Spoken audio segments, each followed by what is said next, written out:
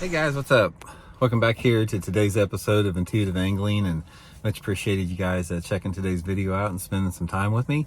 And got a good video for y'all today. We are going to be talking about when you want to use a spinnerbait and when you want to use a chatterbait, because man, they work in the same situations a lot of time. And one of the reasons I wanted to do this video is at the time of filming this right now, we're in the sort of like the first mid part of March. And March and April into May are some of the best months of the year to fish a spinnerbait and a chatterbait. So I sort of want to give you guys sort of some guidelines that will help you choose on this, because I've sort of experimented over the years, and there's certain situations where one will work better than another. So we're going to get into that in today's video. Also, guys, before we get started, just a couple quick housekeeping tips. Just wanted to remind you guys, you have to endure every day.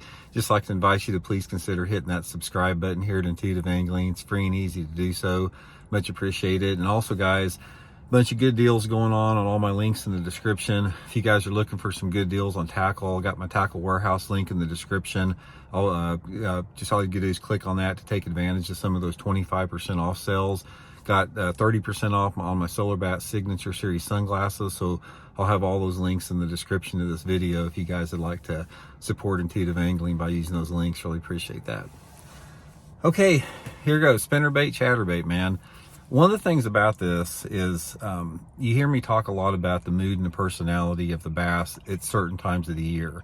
And this is one of the most fascinating things to me is in bass fishing, because bass, it's like every single month. It's like when you have conditions change, like the water level, water clarity, water temperature, time of sunlight conditions, light intensity, they prefer certain things over certain baits. It's like they sort of go through this cycle.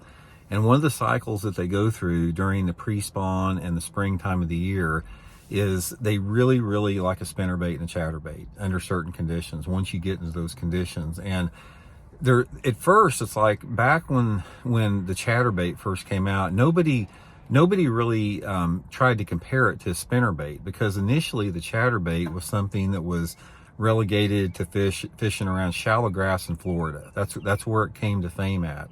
And it's only been over the past couple, 3 or 4 or 5 years, people have realized how diverse a bladed jig or chatterbait is. It's one of the most versatile lures that you can fish. And guys, I'll tell you right off the bat, any time that you're on a spinnerbait bite, anytime you're catching fish on a spinnerbait, a lot of times a chatterbait will work, just as good or better than a spinnerbait. Now, the thing about it is, how do you determine which particular technique works the best? Because here's the thing about it. It's like, traditionally, a spinnerbait and a chatterbait, they always work better when the fish are aggressive and chasing. And they also work better during nasty conditions. Spinnerbaits and chatterbaits traditionally work better on those cloudy, windy, warm type days.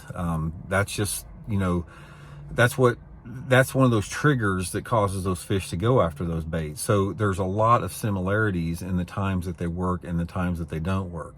So here's sort of my, thought on spinnerbait fishing versus chatterbait fishing.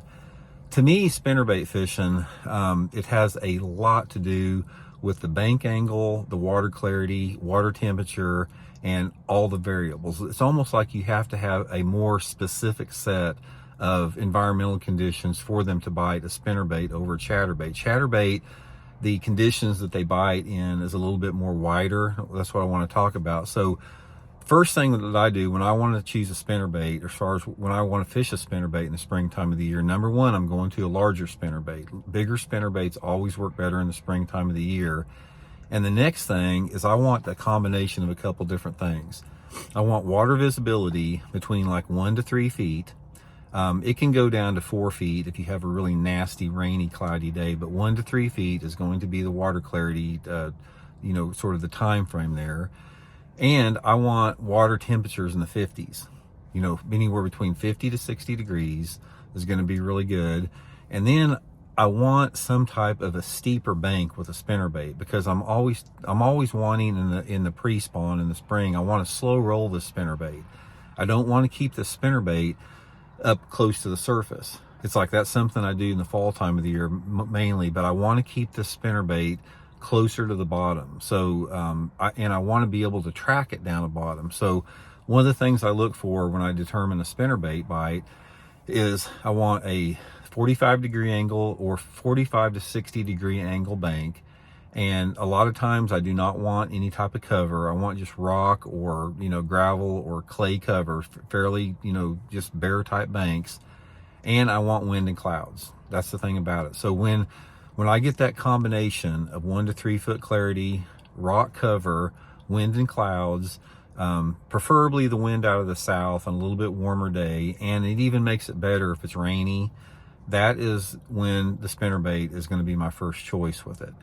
Now, if I'm in a situation where both could possibly work, a lot of times if I'm in a place that maybe I don't have quite as steep a bank, I've got maybe more grass cover, I've got, a diversity of different bank cover. Instead of just rock cover, I may have some lily pad stems, shallow gator grass, I might have some stumps, lay down trees, there may be some shallow boat docks. Shallow targets on flatter banks is when I go to the chatterbait for the most part. Now, that is probably the biggest determination as far as my choices. And to keep it simple for you guys, fish a chatterbait. If you're fishing flatter stuff, fish a chatterbait. And if you're fishing steeper stuff, slow roll a spinnerbait. Now, one of my favorite techniques for fishing a chatterbait early in the year is to get shallow before most people think those fish are shallow. So let's say, for example, you're fishing and the water temperature's in the low 50s. And you're catching some fish slow rolling a spinnerbait on a steep bank, or maybe even you're catching fish on a crawdad crankbait on a steep bank. A lot of times there's going to be a group of fish that instead of being on those steep banks, they are going to migrate back into those flatter areas, almost like the spawning type areas. And I think they do that because maybe there's some shad up there, maybe that water's warming up a little bit quicker. But if you've got some off-colored water and some flat, shallow banks with some cover on it, those big fish will get up there and they'll bite a chatterbait, even if that water's a little bit colder, and especially on days that are brighter. So let's say, for example, you got one of those days that's, say it's the end of March, water temperature is 53, 54 degrees, and you got a sunny day like we have right now. That is when the chatterbait is going to outproduce the spinnerbait. The flash on a spinnerbait is more of a low light attractor, and the flash on a bladed jig can be very minimal, especially if you have a painted blade like a black or green pumpkin blade. So the chatterbait is a little bit more subtle presentation, therefore it works in a more diverse range of of light intensities. Now, both of these lures, one of the things you're going to find out about them is they both work better with wind. By far, wind is one of the major generating factors in that. And everything else beyond that is something that really gives the advantage to one bait or the other in terms of, like, the light intensity and the water temperature, fishing pressure. Another thing about it is fishing pressure.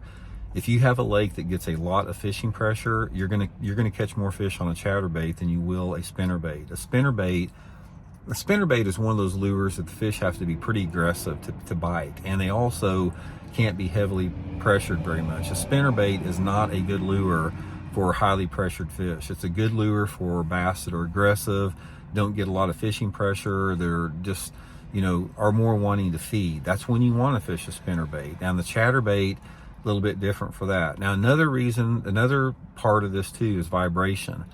The vibration on a spinnerbait and a chatterbait is completely different, because based upon the blade size and the configuration of the blade, whether it's in Indiana, willow leaf, or Colorado, that spinnerbait is going to put out more of a water displacement, and the vibration on a spinnerbait is not going to be as high pitched or as high frequency as a chatterbait. A chatterbait is going to have a higher frequency vibration, and it's not going to displace as much water, and it's not going to push as much water. So those are also factors that determine. Now, ultimately, I'll tell you the overriding theme of everything, guys.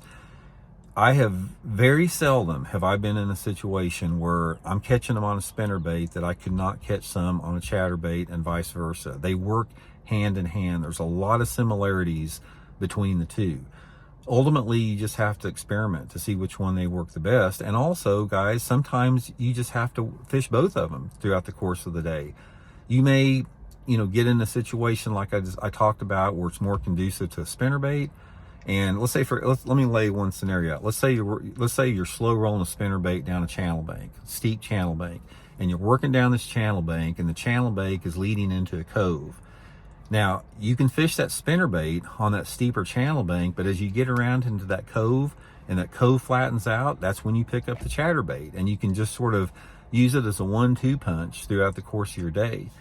So that's a really good factor there. Another thing with that, another determination is sometimes if I feel like the fish are feeding on crawdads more, I'll go to more of a chatterbait, and I'll go into more of a crawdad pattern like a green pumpkin or orange or brown. You can't really do that on a spinnerbait. A spinnerbait is going to be more for resembling like a threadfin and a gizzard shad, and the chatterbait can too if you use a pearl or white one, but also the chatterbait gives you a little bit more of a diversity in color options there. So that's just determination. But most of the time, guys, if you like right this time of year, if I've got both of them tied on, it's like almost, if I'm fishing in March, guys, I don't hardly ever go fishing without a spinnerbait and a chatterbait tied on. Now it changes more, a little bit more in April and into May, but man, chatterbait and spinnerbait fishing is at its best in March. Or if you're down, maybe if you're up a little bit north and your water temperature is a little cooler, that can extend also into April too. So anyway, hope it helps you guys catch a few, and we'll talk later.